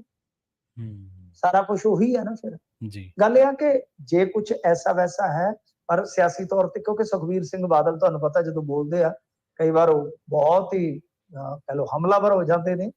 ਪਰ ਜੇਕਰ ਸੱਚਮੁੱਚ ਕੁਝ ਐਸਾ ਹੈ, ਇਹ ਝੂਠ ਵੀ ਨਹੀਂ ਹੈਗਾ, ਲੀਡਰ ਕੁਝ ਤੁਹਾਨੂੰ ਪਤਾ ਹੀ ਹੈ ਸਕੀਮ 'ਚ ਰਹਿੰਦੇ ਆ, ਪਰ ਜੇ ਸੱਚੀਓ ਇਹਨਾਂ ਦੇ ਕੋਲ ਕਿਸੇ ਮੋਤਬਰ ਦਾ, ਕਿਸੇ ਨੁਮਾਇੰਦੇ ਦਾ ਕੋਈ ਸਬੂਤ ਹੈਗਾ ਤੇ ਇਹਨਾਂ ਨੂੰ ਜਨਤਕ ਕਰਨਾ ਚਾਹੀਦਾ। ਕਿਉਂਕਿ ਸਰਕਾਰ ਤੇ ਇੱਕ ਪਾਸੇ ਐਲਾਨ ਕਰੀ ਖਲੋਤੀ ਹੈ ਕਿ 1 ਸਾਲ ਦੇ ਵਿੱਚ ਡਰੱਗ ਫ੍ਰੀ ਕਰ ਦੇਣਾ ਪੰਜਾਬ, ਜਿਵੇਂ ਕਰਪਸ਼ਨ ਫ੍ਰੀ ਹੋ ਗਿਆ। NRIs ਨੂੰ ਤੇ ਪਤਾ ਲੱਗ ਹੀ ਗਿਆ ਹੋਣਾ ਵੀ ਕਰਪਸ਼ਨ ਫ੍ਰੀ ਹੋ ਗਿਆ, ਕੋਠੀ ਕਾਠੀ ਜਿਹਨੂੰ ਮਰਜ਼ੀ ਦੇ ਦਿਓ ਤੁਸੀਂ, ਕੋਈ ਚੱਕਰ ਹੀ ਨਹੀਂ ਹੈਗਾ। ਐ ਡਟ ਕੇ ਆਪਦਾ ਕੰਮ ਕਰੋ, ਕੋਈ ਦਿੱਕਤ ਹੀ ਨਹੀਂ ਹੈਗੀ, ਕੋਈ ਕਮਿਸ਼ਨ ਨਹੀਂ ਹੈਗਾ, ਕੋਈ ਕੁਝ ਨਹੀਂ ਹੈਗਾ। ਤੇ ਉਦਾਂ ਉਹ ਕਹਿੰਦੇ ਆ ਕਿ ਆਪਾਂ ਤੇ ਇਹਨੂੰ ਡਰੱਗ ਫ੍ਰੀ ਕਰ ਦੇਣਾ 1 ਸਾਲ ਦੇ ਵਿੱਚ। ਆਪੇ ਫਿਰ ਲੋਕ ਹਿਸਾਬ ਕਿਤਾਬ ਲਾਉਣ ਜੇ ਤੁਹਾਡੇ ਕੋਲ ਕੋਈ ਸਬੂਤ ਹੈਗਾ। ਪਰ ਸਿਆਸਤ ਤੋਂ ਪ੍ਰੇਰਿਤ ਬਿਆਨ ਜਿਹੜੇ ਆ ਨਾ ਹੁਣ ਤੱਕ ਉਹੀ ਚੱਲੀ ਗਏ, ਉਹਨਾਂ ਚੋਂ ਕੱਖ ਨਹੀਂ ਨਿਕਲਿਆ। ਜੇ ਨਿਕਲਣਾ ਤਾਂ ਇੱਕ ਸਾਰਥਕ ਰਾਜਨੀਤੀ ਚੋਂ ਨਿਕਲਣਾ, ਇੱਕ ਸਾਰਥਕ ਢੰਗ ਦੀ ਪਾਲਿਸੀ ਚੋਂ ਨਿਕਲਣਾ, ਸਾਰਥਕ ਢੰਗ ਦੀਆਂ ਜਿਹੜੀਆਂ ਕੋਸ਼ਿਸ਼ਾਂ ਨੇ ਉਹਦੇ ਚੋਂ ਨਿਕਲਣਾ, ਤੇ ਸਾਰਥਕ ਸਾਥ ਨਾਲ ਨਿਕਲਣਾ। ਸਾਰਿਆਂ ਦਾ ਸਾਥ, ਉਹਦੇ 'ਚ ਆਪੋਜੀਸ਼ਨ ਦਾ ਵੀ ਸਾਥ ਜ਼ਰੂਰੀ ਆ, ਉਹਦੇ 'ਚ ਸਮਾਜ ਦਾ ਵੀ ਸਾਥ ਜ਼ਰੂਰੀ ਆ। ਜੀ, ਭਾਜਪਾ ਨੇ ਆਪਣੀ ਰਣਨੀਤੀ ਬਣਾਉਣੀ ਸ਼ੁਰੂ ਕੀਤੀ ਹੈ ਮਿੰਟੂ ਜੀ ਕੋਈ? ਦੇਖੋ ਭਾਜਪਾ ਤਾਂ ਪ੍ਰਵੀਨ ਜੀ ਹੁਣ ਰਾਜਨੀਤੀ ਜਿਹੜੀ ਹੈ ਨਾ ਉਹ ਬਣਾ ਚੁੱਕੀ ਆ। ਹੁਣ ਤਾਂ ਰਾਜਨੀਤੀ ਦਾ ਕਹਿ ਲਓ ਕਿ ਉਹਨਾਂ ਦਾ ਵੱਡਾ ਇਮਤਿਹਾਨ ਆ। ਰਣਨੀਤੀ ਤਾਂ ਤਕਰੀਬਨ ਹੁਣ ਤੈਅ ਹੀ ਹੈ।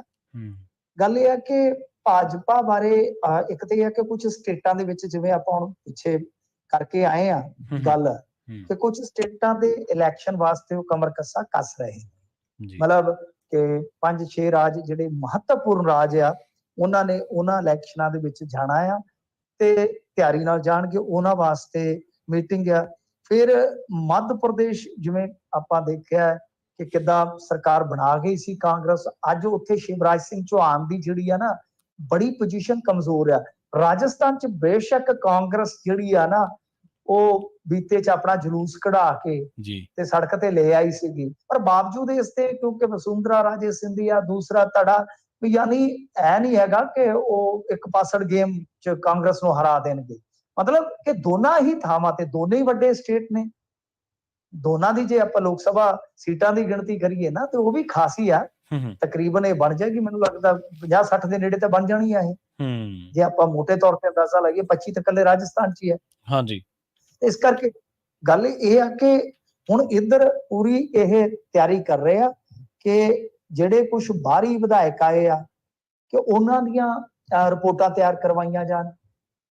ਮਤਲਬ ਬਾਹਰਲੀਆਂ ਪਾਰਟੀਆਂ 'ਚ ਵੀ ਤਾਂ ਇਹਨਾਂ ਨੇ ਬਹੁਤ ਲਏ ਆ ਨਾ, ਤਾਂ ਇਸ ਤਰ੍ਹਾਂ ਫਿਰ ਇਹਦੇ ਨਾਲ ਹੀ ਵਿਧਾਨ ਸਭਾ ਦੇ ਨਾਲ ਹੀ ਉਹ ਕਹਿੰਦੇ ਕਿ ਵੱਡੇ ਸਟੇਟ ਨੇ ਜਿਹੜੇ, ਜਿੱਦਾਂ MP ਹੋ ਗਿਆ, ਮੈਂ ਜਿਵੇਂ ਤੁਹਾਨੂੰ ਦੱਸਿਆ ਉੱਥੇ ਵਿਧਾਨ ਸਭਾ ਦਾ ਇਲੈਕਸ਼ਨ ਵੀ ਆ, UP ਹੋ ਗਿਆ ਖਾਸ ਤੌਰ ਤੇ। ਦੇਖੋ ਮੈਂ ਤੁਹਾਨੂੰ ਇੱਕ ਚੀਜ਼ ਦੱਸ ਦੇਵਾਂ, ਕੁਝ ਲੇਖਕ ਨਾ ਇਹ ਗੱਲ ਕਹਿ ਰਹੇ ਆ ਕਿ ਦੇਖੋ ਜਿਵੇਂ ਮੋਦੀ ਸਾਹਿਬ ਕਹਿ ਗਏ ਆ, ਮੈਂ ਕੱਲ ਵੀ ਕਈ ਮੂੰਹੋਂ ਸੁਣਿਆ ਕਈਆਂ ਦੇ ਕਿ ਦੇਖੋ ਜੀ ਮੋਦੀ ਸਾਹਿਬ ਬਿਲਕੁਲ ਉਸੇ ਤਰ੍ਹਾਂ ਕੌਨਫੀਡੈਂਟ ਨੇ ਜਿਸ ਤਰ੍ਹਾਂ ਕਿਸੇ ਟਾਈਮ ਵਾਜਪਾਈ ਸਾਹਿਬ ਸਨ ਇੰਡੀਆ ਸ਼ਾਇਨ ਦੇ ਮਾਮਲੇ 'ਚ, ਯਾਦ ਹੈ ਨਾ ਤੁਹਾਨੂੰ? ਜੀ ਜੀ। ਤਾਂ ਇਹਨਾਂ ਨੇ ਕਾਂਗਰਸੀਆਂ ਨੇ ਫਿਰ ਬਾਜੀ ਪਲਟ ਦਿੱਤੀ ਬਿਲਕੁਲ, ਵੀ ਮੋਦੀ ਸਾਹਿਬ ਨਾਲ ਐਸਾ ਹੋਣ ਜਾ ਰਿਹਾ ਜਾਂ ਹੋ ਸਕਦਾ ਹੈ। ਮੈਂ ਸਮਝਦਾ ਕਿ ਆ ਜਿਹੜੇ ਹੁਣ ਆਪਾਂ ਜਿਹੜੀ ਗੱਲ ਕਰ ਰਹੇ ਹਾਂ MP ਰਾਜਸਥਾਨ, ਉੱਥੇ ਤਾਂ ਵਿਧਾਨ ਸਭਾ ਚੋਣ ਵੀ ਆ, ਉੱਥੇ ਪਰਫਾਰਮ ਕਰਨਾ ਪਊਗਾ। ਬਟ ਜੇ ਤੁਸੀਂ ਦੂਜੇ ਰਾਜ ਵੀ ਲੈ ਲਓਗੇ, ਗੁਜਰਾਤ 'ਚ ਹੈਗੇ ਨੇ ਸੋਲਿਡ ਹੈ, ਮਹਾਰਾਸ਼ਟਰ 'ਚ ਵੀ ਹੈਗੇ ਨੇ, ਬਿਹਾਰ 'ਚ ਵੀ ਕਹਿ ਲਓ ਕਿ ਗੇਮ ਜਿਹੜੀ ਆ ਉਹ ਕੋਈ ਇੱਕ ਪਾਸੜ ਨਹੀਂ। ਮੇਨ ਗੱਲ ਇੰਡੀਆ ਸ਼ਾਨ ਦੇ ਬਾਵਜੂਦ ਜੋ ਨਾਰਾ ਦਿੱਤਾ ਗਿਆ, ਹਾਰਨ ਦਾ ਵੱਡਾ ਕਾਰਨ ਪਤਾ ਕੀ ਸੀਗਾ? ਯੂਪੀ। ਜੀ ਤੁਸੀਂ ਅੰਕੜੇ ਕੱਢ ਕੇ ਦੇਖ ਲਓ, ਤੁਹਾਡੇ ਕੋਲ ਗੂਗਲ ਹੈ ਤੇ ਬੇਸ਼ੱਕ ਤੁਸੀਂ ਰਿਪੋਰਟ ਕਰ ਲੈਣਾ, ਨਾਲ ਲੈ ਲਿਓ ਮੈਨੂੰ। ਯੂਪੀ 'ਚ ਉਸ ਵੇਲੇ ਭਾਜਪਾ ਪਿੱਟ ਗਈ ਸੀ ਬਹੁਤ ਬੁਰੀ ਤਰ੍ਹਾਂ, ਮਤਲਬ ਕਿ ਫਰਕ ਹੀ ਬਹੁਤ ਜ਼ਿਆਦਾ ਪੈ ਗਿਆ ਸੀ। ਤਾਂ ਅੱਜ ਉਹੀ ਚੀਜ਼ ਉਲਟ ਆ ਗਈ, ਅੱਜ ਉਹ ਚੀਜ਼ ਬਿਲਕੁਲ ਉਲਟ ਹੈ। ਤਾਂ ਇਸ ਕਰਕੇ ਇਹ ਜਿਹੜੇ ਹੁਣ ਸਰਵੇ ਕਰਾਉਣਗੇ ਨਾ, ਇਹ ਸਰਵੇ ਉਹੀ ਆ ਬਾਹਰੀਆਂ ਦੇ ਜਾਂ ਇਹਨਾਂ ਦੇ, ਕਿਉਂਕਿ 15-20 ਸਰਵੇ ਹੋ ਜਾਂਦੇ ਨੇ ਜਦੋਂ ਇਲੈਕਸ਼ਨ ਨੇੜੇ ਹੁੰਦਾ ਨਾ, ਆਰਐਸਐਸ ਆਪਣੇ ਪੱਧਰ ਤੇ, ਭਾਜਪਾ ਆਪਣੇ ਪੱਧਰ ਤੇ, ਕਿੱਦਾਂ ਚੱਲਦਾ ਇਹਨਾਂ ਦਾ ਕੰਮ। ਤਾਂ ਉਹ ਸਾਰੀਆਂ ਚੀਜ਼ਾਂ ਜਿਹੜੀਆਂ ਨੇ ਉਹ ਵੇਖੀਆਂ ਜਾਣਗੀਆਂ ਕਿ ਜਿਹੜੇ ਬਾਹਰੀ ਨੇ ਕੀ ਦੁਬਾਰਾ ਟਿਕਟ ਦੇ ਹੱਕਦਾਰ ਨੇ, ਜਾਂ ਜਿਹੜੇ ਆਪਣੇ ਬੰਦੇ ਨੇ ਕਿ ਉਹਨਾਂ ਦੇ ਖਿਲਾਫ ਬਹੁਤ ਜ਼ਿਆਦਾ ਗੁੱਸਾ ਹੈ ਕੁਝ ਸੀਟਾਂ ਤੇ, ਉਹਨਾਂ ਨੂੰ ਪਾਸੇ ਕਰ ਦਿਓ, ਨਵਾਂ ਚਿਹਰਾ ਦੇ ਦਿਓ। ਅਗਲਾ ਕਹਿੰਦਾ ਗੁੱਸਾ ਸਾਡਾ ਇਹਦੇ ਨਾਲ ਹੈ, ਭਾਰਤੀ ਜਨਤਾ ਪਾਰਟੀ ਨਾਲ ਥੋੜੀ, ਉਹ ਤਾਂ ਭਾਈ ਹਿੰਦੂ ਹਿਰਦੇ ਸਮਰਾਟ ਨਰਿੰਦਰ ਮੋਦੀ ਜੀ ਦੀ ਪਾਰਟੀ ਹੈ। ਤੋਂ ਇਸ ਕਰਕੇ ਇਹਨਾਂ ਨੇ ਯਤਨ ਸ਼ੁਰੂ ਕਰ ਦਿੱਤੇ ਆ। ਬਾਕੀ ਇਹ ਤੁਹਾਨੂੰ ਪਤਾ ਹੀ ਆ, ਇਹਨਾਂ ਦੀ ਰਣਨੀਤੀ ਜਿਹੜੀ ਹੁੰਦੀ ਆ ਪਹਿਲਾਂ ਤੋਂ ਤਿਆਰ ਹੁੰਦੀ ਆ, ਹੁਣ ਤਾਂ ਐਗਜ਼ੀਕਿਊਟ ਕਰਨ ਦਾ ਵੇਲਾ। ਇਹ ਸਾਰਾ ਕੁਝ ਇਹਨਾਂ ਦਾ ਜਿਹੜਾ ਨਾ ਮਾਸਟਰ ਪਲਾਨ ਕਹਿ ਲਓ ਤਿਆਰ ਹੁੰਦਾ, ਬਸ ਇਹ ਤੇ ਵੇਲੇ ਸਿਰ ਇਹਨਾਂ ਨੇ ਜਦੋਂ ਟਾਈਮ ਆ ਗਿਆ ਉਦੋਂ ਲਾਗੂ ਕਰੀ ਜਾਣੀ ਆ ਪੜਾਅਵਾਰ। ਤਾਂ ਇਹ ਹੁਣ ਮੀਟਿੰਗ ਅੱਜ ਵੀ ਹੋਈ ਹੈ ਇਹਨਾਂ ਦੀ, ਮੈਨੂੰ ਲੱਗਦਾ 5 ਰਾਜਾਂ ਦੀ ਤਿਆਰੀ ਖਿੱਚੀ ਬੈਠੀ। ਜੀ ਜੀ ਮਿੰਟੂ ਜੀ, ਇਹਨਾਂ ਖਾਸ ਖਬਰਾਂ ਤੇ ਖਾਸ ਜਾਣਕਾਰੀਆਂ ਦੇ ਲਈ ਤੁਹਾਡਾ ਬਹੁਤ ਬਹੁਤ ਧੰਨਵਾਦ ਜੀ। ਸ਼ੁਕਰੀਆ ਜੀ। ਪ੍ਰੋਗਰਾਮ ਖਬਰ ਤੇ ਨਜ਼ਰ ਦੇ ਵਿੱਚ ਪਹਿਲੇ ਹਿੱਸੇ ਦੇ ਵਿੱਚ ਆਪਣੇ ਨਾਲ ਜੁੜੇ ਸਨ ਮਿੰਟੂ ਗੁਰਸਰੀਗਾ ਜੀ, ਜਿਨ੍ਹਾਂ ਦੇ ਨਾਲ ਆਪਾਂ ਕਈ ਅਹਿਮ ਖਬਰਾਂ ਨੂੰ ਲੈ ਕੇ ਚਰਚਾ ਕੀਤੀ ਹੈ। ਵੇਲਾ ਹੋ ਚੱਲਿਆ ਇੱਕ ਬ੍ਰੇਕ ਦੇ ਲਈ ਰੁਕਣ ਦਾ। ਬ੍ਰੇਕ ਤੋਂ ਪਾਰ ਪੰਜਾਬ ਦੇ ਵਿੱਚ ਜਿਹੜੇ ਇਸ ਵੇਲੇ ਹੜ੍ਹਾਂ ਦੇ ਹਾਲਾਤ ਬਣੇ ਨੇ, ਪੌਂਗ ਡੈਮ ਤੋਂ ਵੀ ਪਾਣੀ ਛੱਡਿਆ ਗਿਆ, ਭਾਖੜਾ ਡੈਮ ਦੇ ਗੇਟ ਅਗਲੇ 4-5 ਦਿਨਾਂ ਦੇ ਲਈ ਖੁੱਲ੍ਹੇ ਰਹਿਣਗੇ। ਸਤਲੁਜ ਦਰਿਆ ਨੇ ਪਿੰਡਾਂ ਦੇ ਵਿੱਚ ਤਬਾਹੀ ਮਚਾਈ ਹੈ, ਤੇ ਉੱਧਰੋਂ ਜਿਹੜਾ ਬਿਆਸ ਹੈ, ਬਿਆਸ ਵੀ ਕਈ ਪਿੰਡਾਂ ਦੇ ਵਿੱਚ ਇਸ ਵੇਲੇ ਕਈ ਥਾਵਾਂ ਤੇ ਖਤਰੇ ਦੇ ਨਿਸ਼ਾਨ ਨੂੰ ਪਾਰ ਕਰ ਚੁੱਕਿਆ। ਇਹਨਾਂ ਖਬਰਾਂ ਦੀ ਤਫਸੀਲ ਤੇ ਚਰਚਾ ਕਰਾਂਗੇ ਬ੍ਰੇਕ ਤੋਂ ਬਾਅਦ। ਜੁੜੇ ਰਹੋ ਪੰਜਾਬੀ ਰੇਡੀਓ USA ਦੇ ਨਾਲ।